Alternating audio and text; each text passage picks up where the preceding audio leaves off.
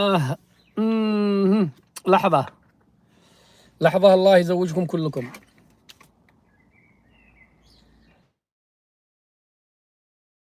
أرينا. أيا تجمعوا يا شباب، أقول لكم كلمتين هكذا على السريع وننطلق راشدين. أهلا أهلا أهلا بمن داس العدو واقبل وطلته مثل الهلال واجمل.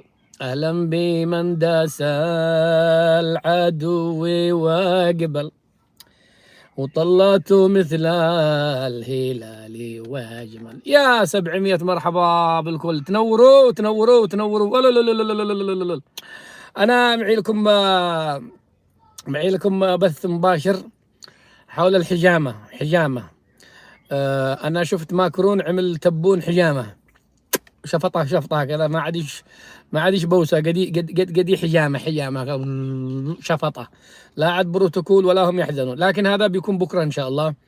أنا اليوم عندي لكم كذا كلام، يعني عشان ننهي هذا المسخرة وننهي هذا الفتنة وننهي هذا المهزلة التي حصلت والتي افتعلها بعض المرضى والحاسدين والحاقدين. عشان أنهيها اليوم، أنا ناوي اليوم أنهي لكم الموضوع عشان تعرفوا من الصادق ومن الكاذب. اليوم يوم الفصل، اليوم يوم الحسم النهائي. وسأقول كلام أنتم كلكم ملزمين وستطالبون به، تلك الأصوات التي تريد أن تشوه أسعد الشرعي والتي تريد أن يعني تغتالني معنويا، وكل هدفهم كله أنه غلقت عليهم بعض القنوات لأنه كانوا يسرقوا مقاطعي، أو لأنه يعني ما وجدوش ذلك الرواج، لأنه يعتبروني أكلت الجو عليهم. أنا سأضعهم اليوم في حجمهم الطبيعي وسأحسم لهم الموضوع تماما، وسيثبت لكم اليوم أسعد الشرعي هل هم فعلا لهم غيرة على الملكية وعلى الوطنية، وأن عندهم دوافعهم وطنية وملكية، ولا مجرد أدسنس وإعلانات وفلوس. ها هنا في هذا المقطع سيتضح لكم كل شيء، وأنا لن أطول عليكم، لكني سأضع النقاط على الحروف كما تعرفوني بعبارات بسيطة وبعبارات خفيفة، ولا أدعي أنني ذلك الشخص المهم أو شيء من هذا القبيل. امشوا معي خطوة خطوة. عندي 3 نقاط، 3 حاجات. سأوجه رسالة أولا لهؤلاء، رسالتين، ثم أقول عن اتصالات جاءتني من اليهود المغاربة. بداية هذا الذي أمامكم، هذا الشخص الذي أمامكم إنسان بسيط. شوفوا، أنا أقول عن نفسي هكذا: لن تجدوا شخص بهذا التلقائية وبهذا الصراحة. أنا لا أنا وزير، ولا أنا سفير، ولا أنا دكتور، ولا أنا أستاذ، ولا أنا متعلم، ولا أنا أكاديمي، ولا ناشي. أنا إنسان سائق تاكسي بسيط، لا أهش ولا أنش. بعض الموتورين عملوا لي ضجة وعملوا لي حاجات وكذا وشكلوا زحمة والخط فاضي. أنا لا أدري لماذا يتحسسون مني، وأنا واحد من الشارع، واحد بسيط، يعني بسيط يعني إلى أبسط ما تتصور. هؤلاء أقول لهم هذا البسيط ما يحتاج هذا الضجة كلها، ما يحتاج أنه يبقى لمدة شهرين ترند داخل المغرب. ترند، قامت قنوات على اسم سعد الشرعي، حصدوا مشاهدات باسم سعد الشرعي، يعني يتاجرون باسم أسعد الشرعي. الآن اسمي يوضع فقط في العناوين حتى لو الموضوع مو علي. المهم اسم سعد الشرعي هذا مولع ويجلب اللايكات ويجلب التفاعل، وانتم ما شاء الله عليكم مجرد ما تشوفوا اسم سعد الشرعي ور ور ور ور هبي دبي وتدخلوا المقاطع. ما هذا المتاجرة يا جماعة؟ كل من ما حكها الدودي ويشتي يعمل له قناة كتب لي أسعد الشرعي، أسعد الشرعي حك أنفه، أسعد الشرعي حك راسه، أسعد الشرعي تنفس، أسعد الشرعي طلع، أسعد الشرعي نزل. ياي مالكم؟ أنا واحد بسيط. أقول لكم أنا بصريح العبارة يا جماعة، أنا لست مهما، أنا لا أؤثر في شيء. بسيط، إنسان عادي، جاهل، أنا جاهل. ماذا تريد بعد هذا الكلام؟ أنا إنسان جاهل لا أفهم شيئا. إن أحسنت هذا حظ يا نصيب، توفيق من رب العالمين، وإن أسأت فأنا ذلك الجاهل. يا جماعة مالكم؟ أنا ذلك الجاهل الذي مش فاهم، والذي هو مش دكتور، والذي هو مش وزير، والذي هو حاجة، مجرد سائق تاكسي طلع الناس يوديهم المطار ويرجعهم ويسيرهم ويجي. ليش إذا أنا غلطت بتخلوا غلطتي كأنه البروفيسور أسعد الشرعي، كأنه وزير الداخلية لليمن أسعد الشرعي غلط، كأنه رئيس جمهورية الباذنجان اسعد الشرعي غلط، مالكم واحد سوق تاكسي غلط، مالكم شاغلين حالكم به الى هذه الدرجه. انا اقول لكم يا جماعه لا تشغلوا حالكم بي، خلوني اعطوني اتساع وروحوا لكم، اهتموا. انا لست عدوا، على الاقل انا لست عدوا لكم، انتم روحوا الى اعدائكم الحقيقيين. يعني فرغ وقتك لتبون، لشنقريحه، للانفصاليين اللي عندك، للخونة من المغرب الذين انضموا للبوليزاريو، للذين انضموا إلى اللي راحوا الجزائر. هذول اللي اشغل حالك بهم، اشغل وقتك بهم، استغل النت اللي في تلفونك بهم. أما أنا أطلع أنزل أبقى ذلك اليمني البسيط العادي الذي لا يهش ولا ينش. مالكم؟ هذه نصيحة، يعني هذه نصيحة لكم أنه لا تضيعوا وقتكم معي، روحوا إلى عدوكم. أنا لست عدوا. هذا أول شيء. ثاني شيء، في اليومين الأخيرين جاءتني اتصالات كثيرة من يهود مغاربة من بعض أبناء الطائفة اليهودية. هؤلاء اتصلوا بي زعلانين مني، جابوا لهم مقاطع كالعادة مقصقصة، وقالوا يا أخي احنا ايش صلحنا فيك؟ يعني الذي بيتصل أنا سأحضره تماما، الذي بيتصل وهو يعلم أنني في اللايف أنا سأحضره للأبد، ما عاد يكملش. ان شاء الله نشتري تليفون خاص باللايفات يا اخي، الاتصالات هذه مقرفه وعاملت لي ضجيج في راسي. اليهود اتصلوا بي ناس قالوا يا اخي انت مالك متحامل علينا، احنا نحبك واحنا من المتابعين لك. ودارت نقاشات، واحد منهم اتصل وعازمني على عرسه في الصويره في نهاية شهر 7، وقلت له حاضر نجي عرسك. وقال لي يا أخي أنت متحامل زيادة عن اللزوم. بدأوا يجيبوا لي محاضرة حتى أنا من كتبي أنا يعني من القرآن الكريم. بعدين تناقشنا معهم، قلنا حاضر ما يهمكم يا جماعة ايش فيكم، يعني ما احنا شيء لسنا، الاتفاق بيننا جاري. أنا لست عدوا لكل ما هو يهودي، ولست عدوا لكل ما هو نصراني. شرحت لهم حياتي أنا مع اليهود والنصارى صار لي 20 سنة، ما عندي أي مشكلة. قلت لهم ما يهمكم، ما نجي للمغرب ندق ابوها يهودا، مالكم جهزونا ما دام قد بنحضر عرس يهودي. الذي يريد منكم ان نلتقي به في البيت، في مناسباتكم، في اديرتكم، نشوف حياتكم واتقرب منكم عشان تعرفوا انه انا ما في قلبي عليكم شيء. احنا لدينا مشكله مع كيان محتل هناك يحتل مسرى نبينا فقط. بعضهم مؤيد وكذا، وبعضهم الحمد لله طلعوا لا يعترفوا لا بشيء اسمه اسرائيل وضد التطبيع. في المغرب لا تستغرب، يهودي مش مطبع. قلت لهم ما تمام، اذا ما عندناش اي مشكله. واعتذرنا لهم وصلحنا لهم القضيه انه انا لا استهدف الديانه، انا استهدف المجرم الذي في الكيان الصهيوني فقط، حتى لو كان مسلما، ليس يهوديا فقط، حتى لو كان مسلما ويتمالأ ودخل الكيان الصهيوني واخذ البندقيه وقتل الفلسطينيين، هذول احنا ضدهم. تمام. اما انت كيهودي ما عندي مشكله عليك في دي. يا اخي لك دينك وانا لي ديني. وأنا قلت له يا أخي لا ينهاكم الله عن الذين لم يقاتلوكم في الدين ولم يخرجوكم من دياركم أن تبروهم. يا أخي الله بيقول لي أبرك وأقسط إليك، يعني وأكون عادل معك، بشرط أنك ما قاتلتني ولا أخرجتني من داري، والفلسطيني هو أخي وهو أنا، وهذاك مسجدي المسجد الأقصى. إذا أنت مش مع هذه الشلة الذي تفتك بنا في فلسطين، أهلا وسهلا يا أخي ونتعامل مع كل شيء. أنا الآن أقول لليهود المغاربة أنا لست ضدكم في شيء، أنت يهودي مغربي مثلك مثل أي مغربي، سأحترمك وأقدرك وأجلك كل شيء. وعشان تعرفوا، وعشان ذوب الجليد الذي وصلوا لكم انه اسعد الشرعي هذا ناقم على كل ما هو يهودي، ما انا عندي اصدقاء يهود من كل مكان. انا قلت لكم جاري الذي الباب مقابل الباب يهودي، ويدخل عندي وادخل عنده وياكل معي واكل معه، مفاتيحي عنده مفاتيحه عندي، دائما اضرب به المثال جاري. وانا يوم خليه يطلع عليكم ويكلمكم. لست انا ذلك الشخص المتشدد الذي كذا ويريد ان يستأصل هؤلاء، لا. ما دمت يهوديا لم تؤذيني ولا تدنس مسجدي ولا تحتل بلد إسلامية ولا تحتل مقدسات إسلامية، ابقى على يهوديتك، يعني نقرك عليها ونلتقي احنا وياك يوم القيامة. ما علينا لا نلتقي عند أرحم الراحمين، دخلناه ولا يرحمناه، انت اخبر بعمرك. ندق ابوها يهودا بعد العيد، ندق ابوها يهودا، ما عليكم. المهم انتم لا تزعلوش مننا ولا تتصوروا انه انا، لانه يقولوا يا اخي انت لازم انت تحب المغرب، لابد ان تحبها بكل مكوناتها. قلت انا احبك يهودي مغربي، ما دمت مغربي اهلا وسهلا. يا اخي اعزمني، يا اخي اعزموني وشوفوا أنا سأجي ولا لا. ندق أبوها يهود إذا تخلوا عننا المسلمين المغاربة، ناخذ أبوهم اليهود المغاربة هذا المرة ونتيهود، يعني نتيهود سياسيا هكذا في اللايفات، ونصور معاكم وكل حاجة. هذه دعوة لكل إخواني في الإنسانية اليهود المغاربة. إذا أحد منكم عنده برنامج، عنده بيت، عنده دكان، عنده مناسبة، عنده عرس، عنده احتفال ديني، أنا مستعد أجي عندكم وصور عندكم ونشوف عاداتكم ونشوف تقاليدكم ونحاوركم ونعمل كل حاجة. أنا أحب الاستطلاع، والله أني دورت عليكم دور. أنا لما رحت الصويرة يعني تعبت وأنا أدور على يهود مغاربة، عشان هم المكون الوحيد اللي أنا ما التقيته.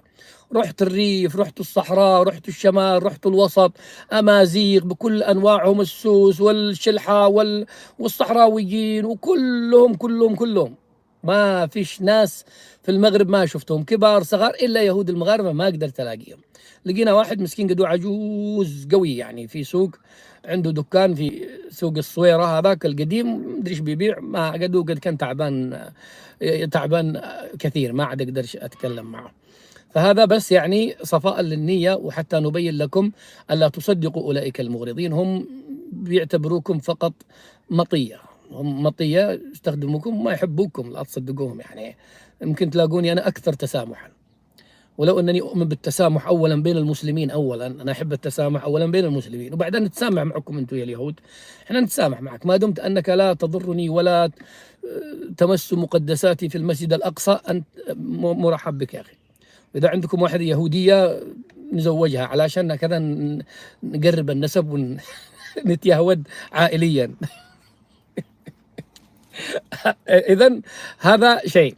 الشيء الثالث وهو المهم، ركزوا معي، وهذا الجزئية الآن من الذي سأقولها لكم الآن، لكم الحق أن تنشروها.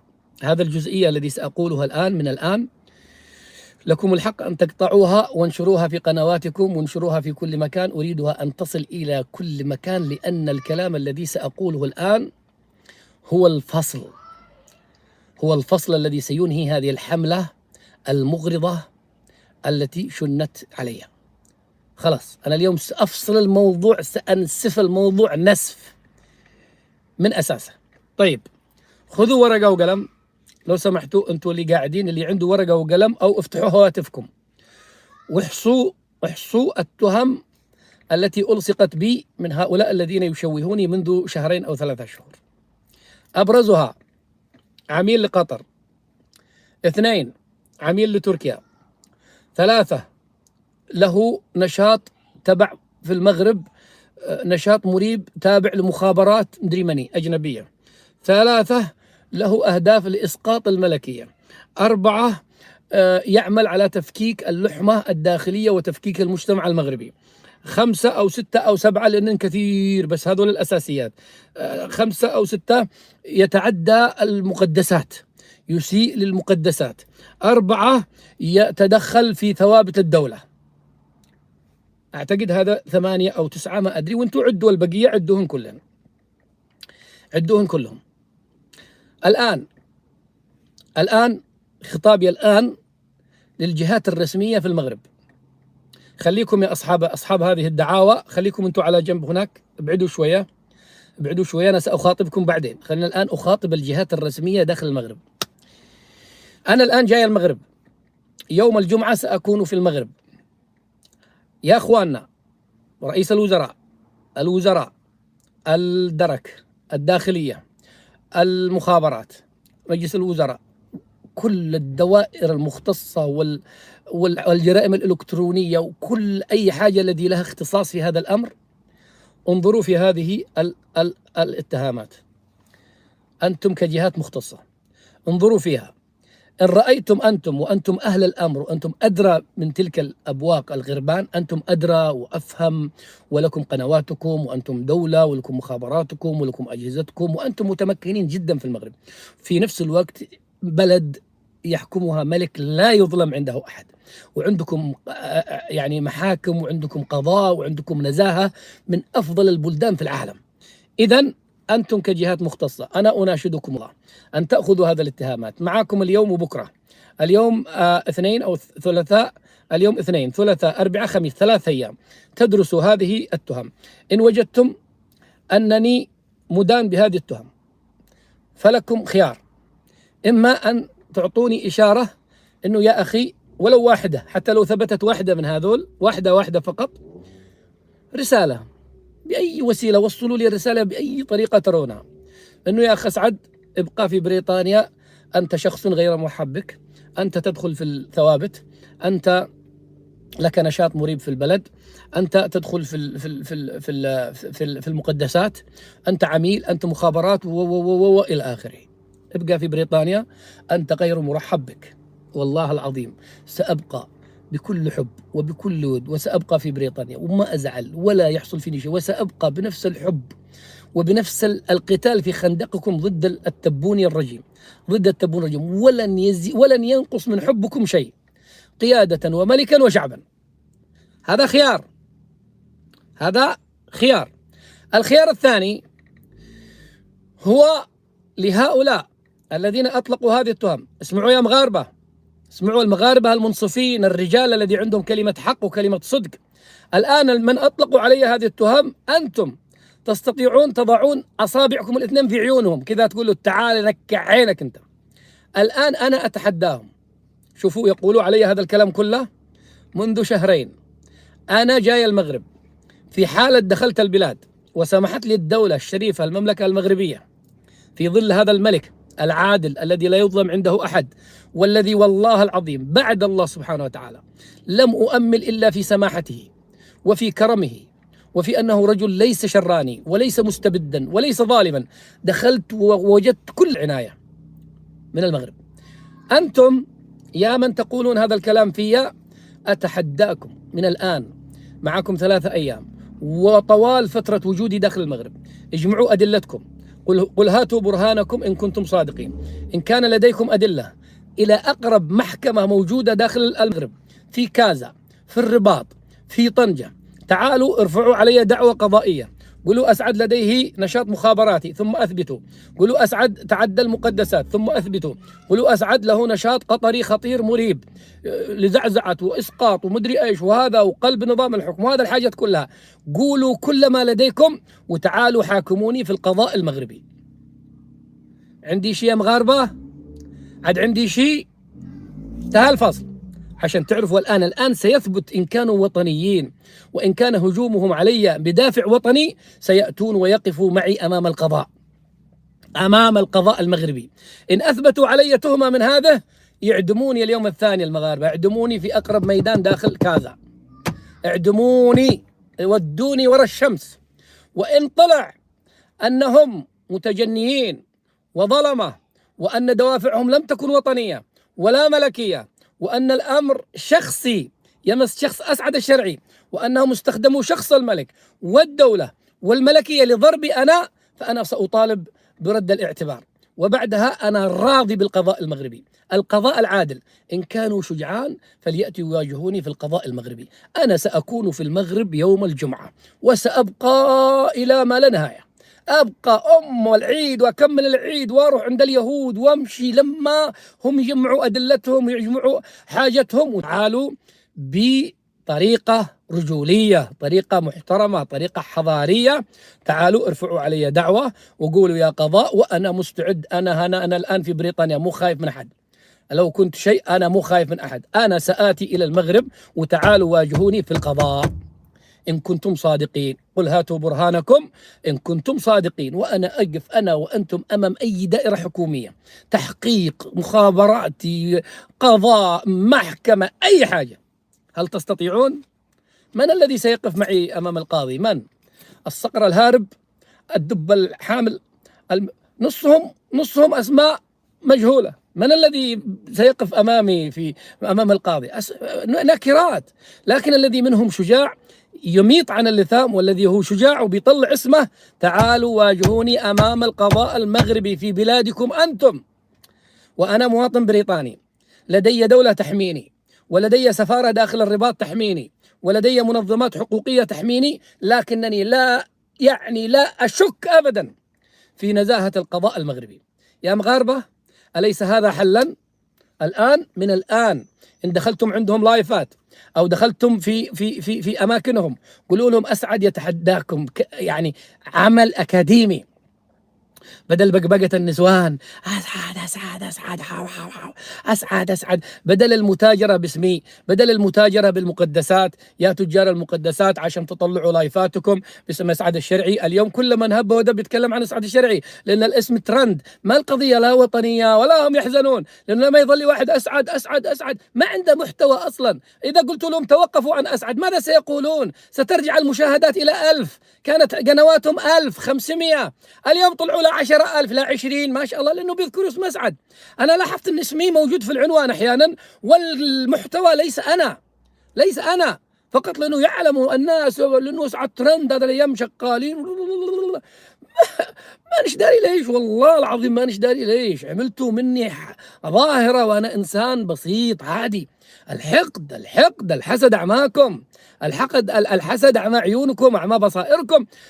الآن كلامي واضح، انتهى وقت البقبقة، انتهى وقت الظاهرة الصوتية، انتهى وقت الفقاعات. تعالوا أمام القضاء المغربي وهو ينصفني أو ينصفكم، والله ماني مسامح واحد فيكم. إن كان فيكم رجال ابن رجال مغربي شريف ممن اتهموني بهذه التهم، قابلني أمام قضاءك المغربي. عندي شيء يا مغاربة، عندي شيء، أنصفتكم عشان تعرفوا أنني إنسان محب، وأنني إنسان صريح، وأنني إنسان شجاع. ما أؤمن بالظاهرة الصوتية والتراشق بلايفات، أنت تعمل علي لايف وأنا أعمل عليك لايف. تعال يا أخي، ما دام أننا أهدد بلدك وأتدخل في المقدسات ولا هذا، وعمل مخابراتي وأنا تبع مخابرات فنكوشيا وقطر والبحرين ومدري مان وتركيا، أصلا أنت تسيء إلى دولتك أنت. لكن ما فهمتوا، أنا جلست شهرين وقبلها شهرين 4 شهور وأنا في المغرب، ما عرفتوا أنتوا أننا عميل وأننا دخلت في المقدسات، ومخابراتكم ودولتكم ما عرفت، يمكن ما عرفت، الآن تعرف.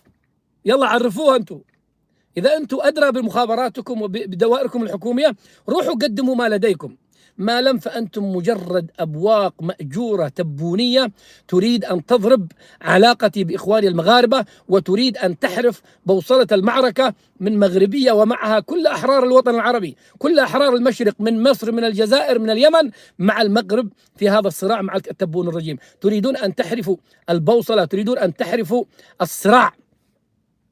حاكموني أمام القضاء المغربي تاريخ 23، أنا سأكون في المغرب وسأبقى إلى أبد الآبدين، أو أنا من سيرفع عليكم دعاوى. المشكلة أني لا أعرف أحد منكم، والله لا أعرف. 90% منكم أسماء الدب الحامل، الدب الشارد، القرش الباكر، المدري أيش، الدب البغل الحامل، ما فيش معاكم أسماء، حتى أسماء آبائكم مش موجودة، وتجي تواقع فيها وطني وملكي.